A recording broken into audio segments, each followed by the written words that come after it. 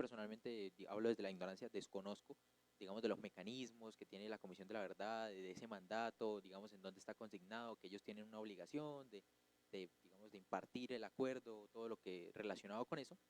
Si eso se puede implementar a través de la vía administrativa en órdenes quizás más pequeños, como por ejemplo los municipios. Y ya la segunda pregunta, ya después digamos de lo técnico, de lo metodológico, si usted consideraría que en el mediano plazo o largo plazo, al menos, digamos no en Bucaramanga, porque es que Santander sí definitivamente en términos políticos es muy complicado, pero digamos en algunos otros órdenes digamos, del país, si usted vería factible en el mediano plazo que existiera esa voluntad política por parte de mandatarios en términos locales, porque uno hace, digamos, el análisis desde el punto de vista de la voluntad política y uno termina entendiendo que al menos la gran mayoría de alcaldes de esos municipios de sexta categoría, inclusive de los municipios PED, no es que tengan mucho conocimiento alrededor del tema. Entonces, donde más se necesita que eso ocurra, probablemente quienes tienen la voluntad están en Bogotá y tampoco hay como la capacidad, digamos, presupuestal o a veces ni siquiera la voluntad de ir allá a hacer eso. Entonces yo quisiera hacer la pregunta. Gracias.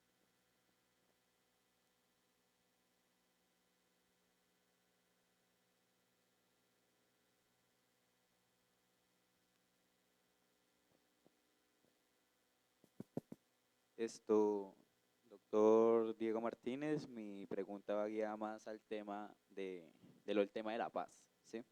Haciendo de referencia de que la violencia armada que ha vivido Colombia ha sido principalmente una violencia armada de carácter político, con fines políticos de trasfondo. Mi pregunta es, el desarrollo que lleva o que vaya a seguir llevando la JEP, el desarrollo de la actual presidencia, el desarrollo del posible acuerdo de paz con el ELN, ¿acabaría con la polarización radical y violenta que existe en el país? Profesor Diego, tiene la palabra.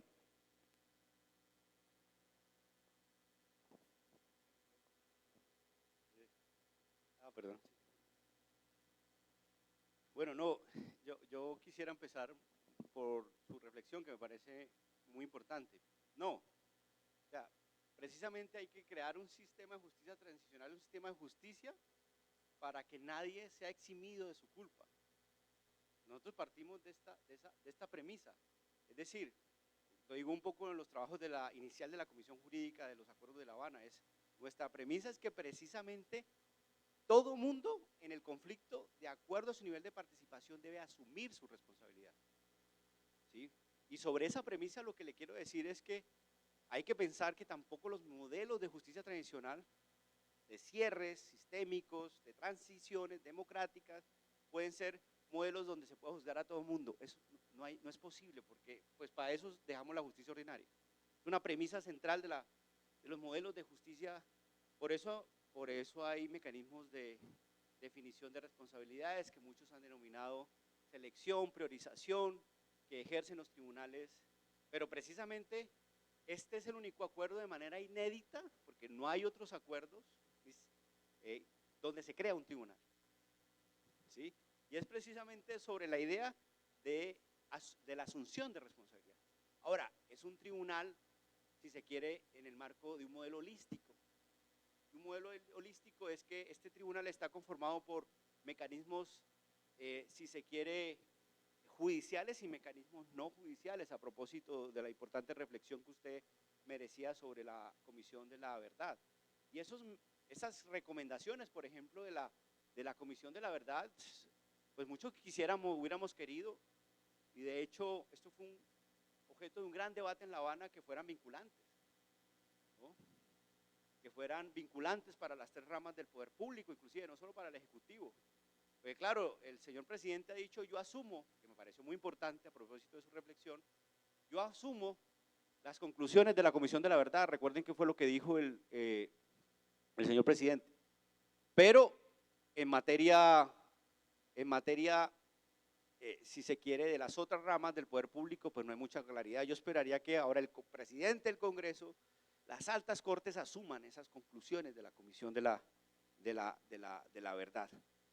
Pero para concentrarme un poco en la idea de la culpa que usted nos ofrece, No, yo prefiero la idea de la asunción de la responsabilidad en materia de hechos, y en este caso son hechos de carácter amnistiable y de carácter no amnistiable. ¿Sí?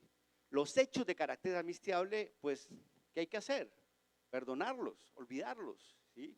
El perdón, ¿sí? Amnésico no, pero hay que cerrar, ¿cierto?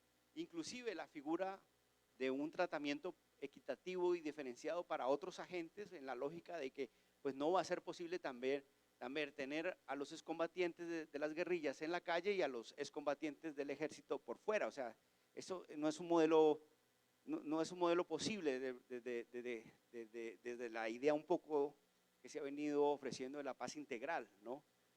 Sobre todo en la idea del cierre final. Pero tampoco puede ser un modelo sin memoria, sin verdad y sin sanciones. Entonces el modelo sí plantea para aquellos que asumen verdad y asumen su responsabilidad, que el tema de la culpa a veces es un tema cristiano, ¿no?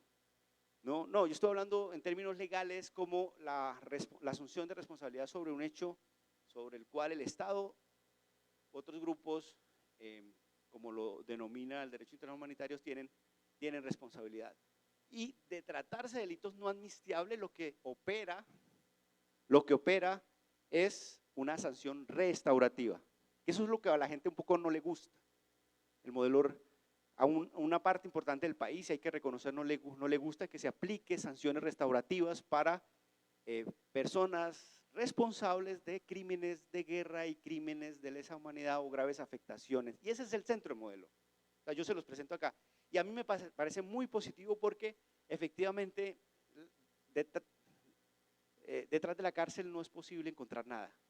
Detrás de la cárcel hay impunidad, hay silencio, ¿no? Yo prefiero un modelo de la reconstrucción del país, ¿sí? Mediante acciones restaurativas, que todo el mundo en la cárcel, porque ahí sí gran parte de la élite política de este país hay que mandarla a la cárcel, gran parte de las élites de las guerrillas habrá que mandarla a las cárceles. Eso no va a funcionar por eso se idean los modelos de justicia transicional. Inclusive yo prefiero no hablar de justicia transicional, yo prefiero hablar de justicia para la paz. Que toda la vida nos dijeron que la idea de la paz y la justicia son ideas contrarias. Yo no creo que exista esa tensión hoy en el país, es una falsa tensión. Sobre el tema del término de la voluntad política, sí, los acuerdos dependen de quién esté en el poder, o sea, ya eso lo hemos visto y lo hemos probado, pero efectivamente yo creo que el modelo de refrendación, en los modelos de refrendación es equívoco pensar que es posible refrendar de acuerdo la paz, sobre todo un derecho tan importante, el derecho a la mayoría. ¿Sí? O sea, los derechos de la paz son también derechos contramayoritarios. Aquí, todos los que estamos acá podemos tomar la decisión, si les digo vamos a poner en refrendación los acuerdos de La Habana, ¿no? Y todos ustedes aquí me dicen, alzan la mano y dicen, yo alzo la mano por el no, voy a votar en contra. Y 2 o 3 dicen no. Pero es que detrás del derecho a la paz está el derecho a la vida. Detrás del derecho a la paz está el derecho a coexistir, el derecho a que las minorías hay que respetarlas. Entonces, por eso el derecho a la paz no puede ser un derecho de mayorías. Sería muy bueno si el derecho a la paz pudiese ser un derecho a mayorías, ¿sí? Pero los derechos de las minorías son los derechos, si se quiere, centrales, más importantes, si se quiere, en esa concepción del derecho a la paz. Por eso y si ustedes se dieron cuenta, durante todo este periodo, muchos pensábamos que llevar a escenarios de refrendación democrática, y yo sé que esto es una herejía decirlo, a los mecanismos de elección popular, pues era un grave error, ¿sí? Porque era confundir el plebiscito con el plebiscito con la política del gobierno de turno. Son graves errores que el país no puede volver a repetir a propósito de la reflexión importante que usted está realizando. Me parece que un pilar fundamental, muchos lo han denominado, yo creo que tenemos que buscar otro término de reflexión, que es el fenómeno de la paz territorial, que es que usted y cómo vincular. Yo prefería hoy y los invito un poco que hagamos una reflexión, cómo lograr que la paz aterrice los territorios, que el Estado vuelva a los territorios. Era increíble durante el periodo de Iván Duque. Ustedes saben que el gobierno de Iván Duque simuló la implementación del acuerdo de paz, hubo una simulación. A la comunidad internacional le vendía que estaban implementando los acuerdos cuando lo que ocurrió fue que se robaron la plata. La plata de la paz sí les gustaba, ¿no? Pero se robaron la plata de los acuerdos. Y si ustedes miran lo que ocurrió al final de todo este proceso, es que el proceso nunca pudo ser territorializado, pero también eso depende de la participación de la gente de abajo. Yo sí creo en eso, y creo que es un pilar fundamental, y por eso me parece que estas consultas vinculantes que está ideando el presidente Petro van a ser muy importantes en el marco de la construcción de una política. Ahora, en términos jurídicos, ¿qué es lo mejor? Que el acuerdo de paz en los territorios esté en los planes de desarrollo. Vienen los debates en los programas de desarrollo que viene a propósito de las elecciones que se aproximan, ¿no? Esa va a ser la próxima disputa por la paz, la disputa local, la disputa territorial, ¿sí? Que tendremos que estar muy pendientes, muy atentos, porque yo sí creo que hay ese es el segundo round, que hay que trabajar, porque la paz se materialice territorialmente, que no es un problema de gendarmería, que no es un problema de fuerzas militares, es un problema de seguridad humana, ¿no? Que la paz pueda ser materializada en muchos territorios donde el Estado no…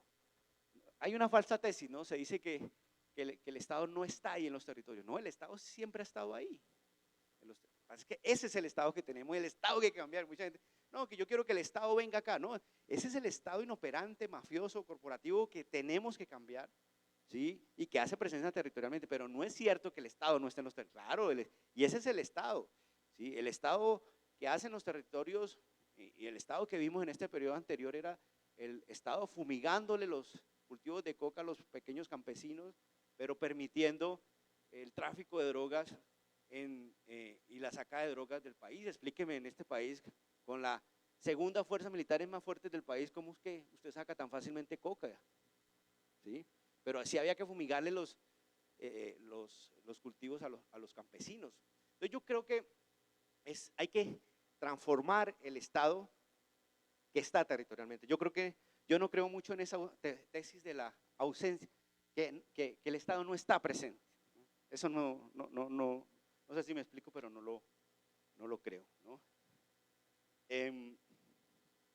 Sí, yo creo que hay que partir sobre todo la última pregunta, de partir que la reflexión central es que la violencia económica y política y de exclusión genera violencia armada.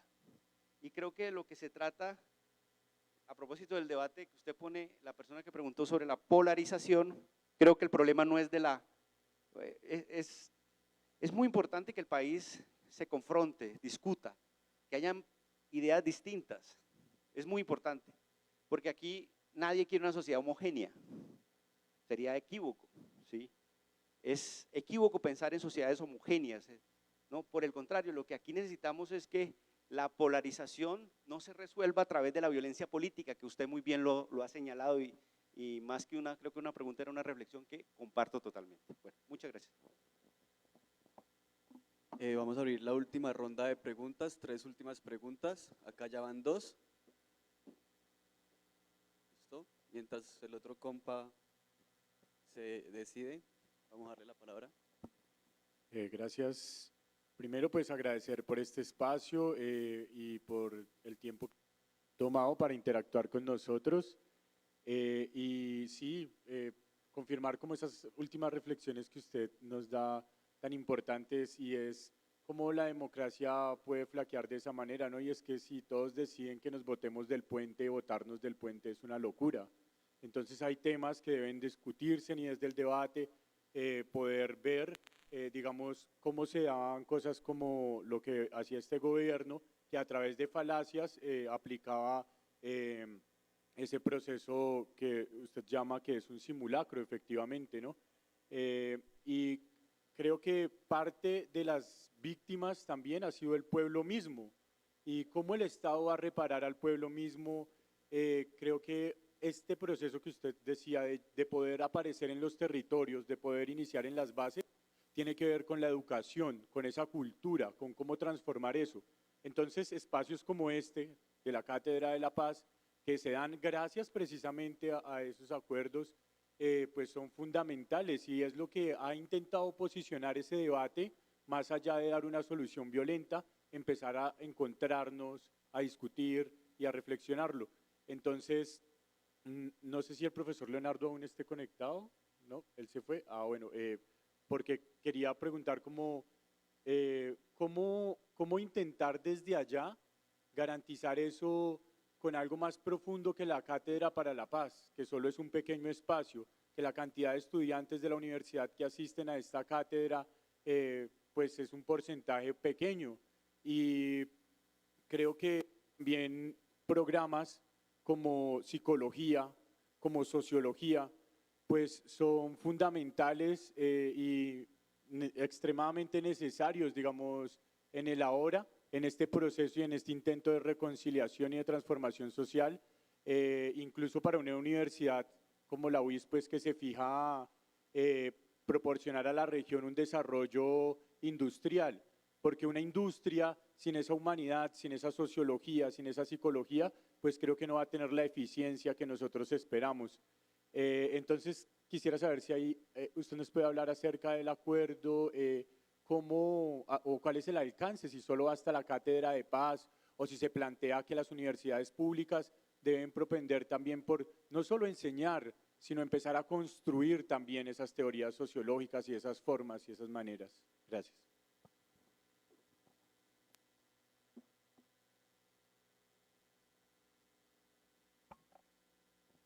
Hola. Doctor, otra pregunta.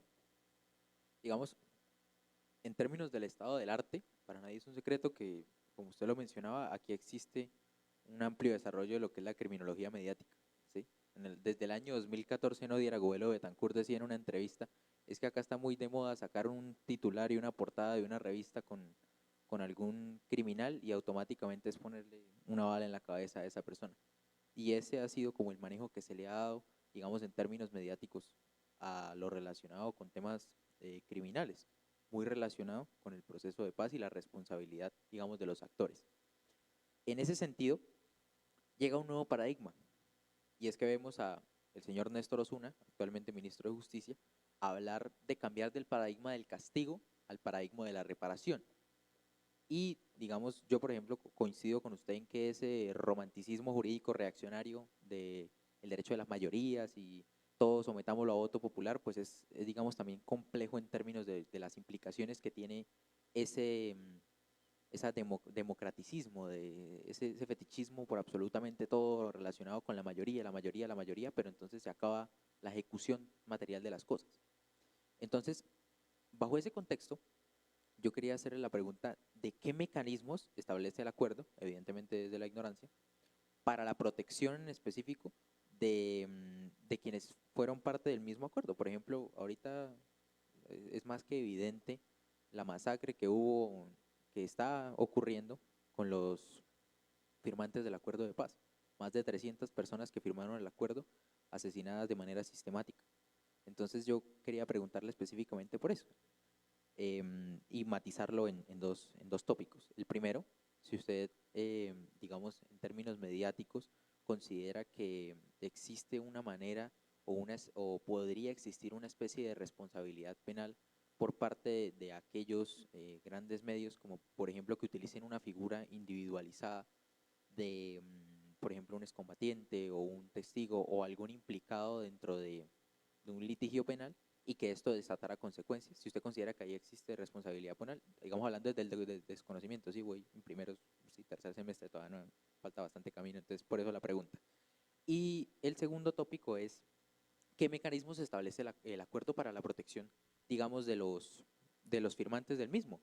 Porque también vamos otra vez al tema de la voluntad política, y es que la Unidad Nacional de Protección, digamos, no ha servido para absolutamente nada en eso. Entonces, ¿qué comentarios usted tiene al respecto? Gracias.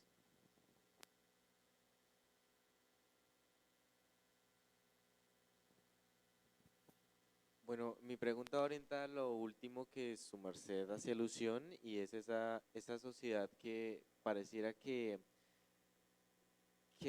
las regiones están inmersas en un estado panóptico de la corrupción, o sea, no es un estado planteado desde la Carta Magna ni desde los códigos ni nada, sino desde una cultura corrupta que eso es lo que impera, un estado que no está ausente, sino que está ahí pero a través de la corrupción. ¿Cómo considera usted que se pueda llegar a, a ejecutar un acuerdo como este que es tan ambicioso en una sociedad que le falta de construirse y no se quiere construir porque nunca va a estar con nuevas tensiones en los territorios? En los territorios no se experimenta esta exposición gradual a lo nuevo, a lo diferente, sino que es lo mismo, lo controlado, lo que yo quisiera ver todos los días hasta mi muerte. ¿Cómo cree usted que eso se pueda cambiar cuando no queremos cambiarlo? No sé si es que desde el Estado no hay mecanismos como para mostrarle a los colombianos que hay otra manera, no todos los colombianos, aclaro, sino que algunos de que hay otra manera de ver el mundo y que es posible cambiarlo y que es posible que se dialogue como usted plantea, pero no es posible si no se conocen otras realidades. Listo, profe Diego, tiene la palabra. Estas ya son las últimas preguntas. Sonio. Sí, no, muy importante su reflexión, que es una reflexión, bueno, cómo lograr materializar esto y qué es lo que dice el acuerdo.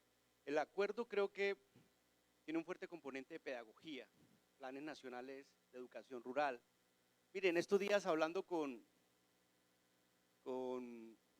personas que participaron desde la fuerza pública en el proceso de paz, me decían que si hay un poquito de daño y si hay una responsabilidad muy fuerte del pasado gobierno del doctor Juan Manuel Santos, era que no se hizo pedagogía ni siquiera en la fuerza pública, ¿no? Y creo que tenían razón estos militares, porque todos estos mecanismos, todo esto que se decía al final terminaba con la ideología de género, ¿recuerdan ustedes? ¿No? Con que nos iban a meter el comunismo y nos iban a meter el castrochavismo, ¿no? Y al final ese era el objeto del acuerdo. Y a mí me parece muy importante esto que está ocurriendo, convocado por la universidad, por la cátedra, por la Escuela de Derecho, porque creo que lo que hay que pensar ahora es cómo esta cátedra hace presencia con la gente, en los barrios, cómo hace presencia en el campo, ¿no? Cómo nos transformamos en función de poder contarle a la gente qué es lo que está ocurriendo y qué es porque sí es cierto que falta pedagogía, que creo que es su punto, es decir, sí es cierto que nos falta, si se quiere, desorcizar muchos mitos de la caverna, ¿no? Muchos mitos complejos que hoy tiene la misma sociedad, que yo converso con lo que acaba de decir el joven que intervino, que al final son mitos que nos impiden construirnos. Y efectivamente esa es la idea de la posverdad, ¿no? De la mentira. Si ustedes miran, gran parte de los procesos mediáticos están influenciados hoy, a propósito de su reflexión sobre la justicia mediática, y yo creo que no tanto el tema de los medios. Claro, yo creo que los medios tienen una gran responsabilidad. Yo soy respetuoso de la libertad de los medios y la libertad de prensa, pero hay unos principios de Naciones Unidas, ¿no?, que hablan sobre la responsabilidad de los medios en proceso de paz. Y lamentablemente son los principios de la UNESCO, y yo no sé si los pueden buscar, que hacen una reflexión muy importante sobre cuáles son los papeles de los medios de comunicación en sociedades como la nuestra que están aspirando a hacer una transición. Porque mire, la reflexión de fondo, si no logramos en esta etapa hacer los cambios de fondo, vamos a iniciar, si se quiere, un nuevo ciclo peor de violencia, ¿sí? Que no va a ser un solo ciclo de violencia política, sino un nuevo ciclo de violencias económicas que lo van a vivir sus hijos, lo van a vivir ustedes mismos, y eso sería muy, muy grave. Por eso yo sí creo que El acuerdo sí habla, un poco de acuerdo a su pregunta, y espero haber generado alguna reflexión sobre lo mediático, sobre mecanismos de protección. Nosotros somos los autores ahora, vía derechos de tutela, más o menos estoy hablando de 200 acciones de tutela que interpusieron los firmantes del acuerdo de paz, y hay un nuevo estado de cosas inconstitucional en la sentencia de SU 22 de este año, donde la Corte Constitucional le acaba de decir al Estado colombiano: mire, señor Estado, usted para la protección de excombatientes no sirvió, y usted es responsable por acción o por omisión por no proteger los excombatientes. Es una decisión muy fuerte de la Corte Constitucional, es una sentencia hermosa donde se menciona una sentencia de la Corte que los invito a verla, porque es una muy buena reflexión sobre este tema de la seguridad humana, ¿no? Que seguridad no son gendarmes, escoltas, no, seguridad es, ojalá llegue el momento donde no necesitemos andar, la sociedad no necesite andar con escoltas, no se necesite armas, no se necesite militarizar un territorio, ¿sí? Tendremos que llegar en algún momento a ese, yo sí aspiro que eso algún día lo logremos, y esa sentencia creo que es una muy buena reflexión sobre la seguridad, ¿no? A propósito, claro, la Unidad Nacional de Protección es terrible, ojalá cambie, ¿no? Ojalá se enfoque en la protección de líderes, ¿no? Y defensores de derechos humanos en los territorios, pero la reflexión de esa SU me parece muy interesante por lo que viene, porque va a ser el mecanismo y ojalá, si la cátedra está haciendo un trabajo muy importante sobre estos temas, ojalá la cátedra pueda hacer un seguimiento a este SU. Recuerden que en Colombia hay varias SUs, ¿no? De estados inconstitucionales. Está la SU, que creo que es la otra más importante, que terminó de desarrollar la Corte sobre personas privadas de la libertad, población carcelaria, la SU sobre notarios, bueno, la SU sobre población desplazada, o sea, la SU de estado de cosas inconstitucionales, ¿sí? Y la Corte acaba de reforzar mediante este mecanismo. Claro, lo que le digo es, hay mecanismos dentro del acuerdo de paz, pero hay un mecanismo dentro del Estado de Derecho que hay que acudir, incluida la acción de tutela, que me parece central. Yo creo mucho en la acción de tutela y me parece que hemos logrado verdaderas transformaciones del Estado con una acción individual de una persona que puede ser afectada por el Estado, y la Corte toma decisiones. Pueden ser criticables, hay varias críticas al respecto, que es imposible que una Corte Constitucional declare un estado de cosas inconstitucionales, y las Cortes están para declarar cosas constitucionales. Pero ¿qué es lo que vamos a tener con esa SU? Vamos a tener un mecanismo de seguimiento a la situación de los territorios, no solo desde el gobierno nacional, sino desde la propia Corte. Y ojalá la UICI, su Facultad de Derecho, pueda ofrecer un mecanismo de apoyo a esas decisiones yo pensando aquí a propósito en el importante esfuerzo que hace la Facultad de Derecho, o en los trabajos de grado de ustedes, o los grupos de investigación, porque este es un tema muy interesante de cara a lo que viene al proyecto de paz total. Es decir, yo no creo que sería un fracaso la paz total si sigue la muerte de combatientes, porque nadie va a dejar las armas para ser asesinado, eso sí, yo lo tengo plenamente fijo, ¿no? Sí, la reflexión que usted ofrece, estoy totalmente de acuerdo. Yo insisto en mi tesis, yo creo que el problema no es que lo que usted lo acaba de decir, el Estado que hay territorialmente tiene una radiografía de corrupción, ¿no? Pero ese es el Estado, ¿no? Es un Estado gendarme, ¿no? Pero ese es el Estado, no es que no exista el Estado, ese es el Estado que hay que cambiar, que hay que transformar, el Estado de la élite bogotana, el Estado del centro, no de la periferia, que creo que hay que de manera crítica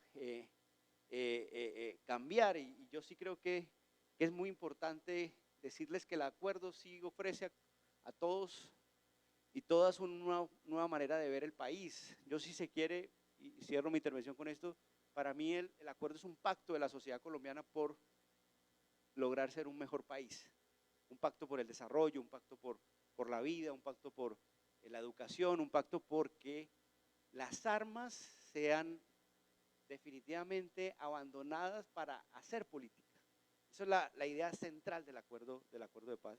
A propósito de su nueva forma de ver el mundo. Bueno, muchas gracias.